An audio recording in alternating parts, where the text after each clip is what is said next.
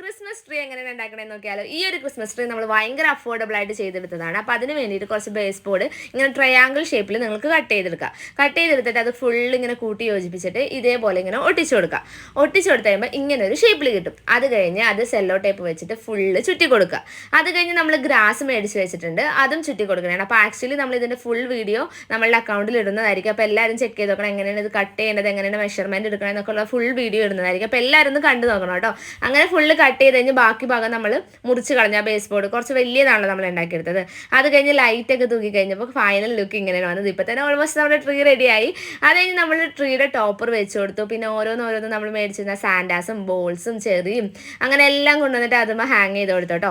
ഇതും എത്ര രൂപയായി എവിടെ നിന്നാണ് മേടിച്ചെന്നുള്ള ഡീറ്റെയിൽസ് നമ്മളുടെ അക്കൗണ്ടിലുണ്ട്, വീഡിയോ ഉണ്ട്. അപ്പോൾ എല്ലാവരും ഒന്ന് ചാനൽ ചെക്ക് ചെയ്ത് നോക്കണേ. നമ്മുടെ വീഡിയോസ് ഇഷ്ടമാണെങ്കിൽ എല്ലാവരും ലൈക്കും കമൻറ്റും ഷെയർ ഒക്കെ ചെയ്ത് സബ്സ്ക്രൈബ് ഒക്കെ ചെയ്ത് സപ്പോർട്ട് ചെയ്യണം കേട്ടോ. അപ്പോൾ ഇതാണ് ഫൈനൽ ലുക്ക്. അപ്പോൾ എത്ര ഉള്ളൂ.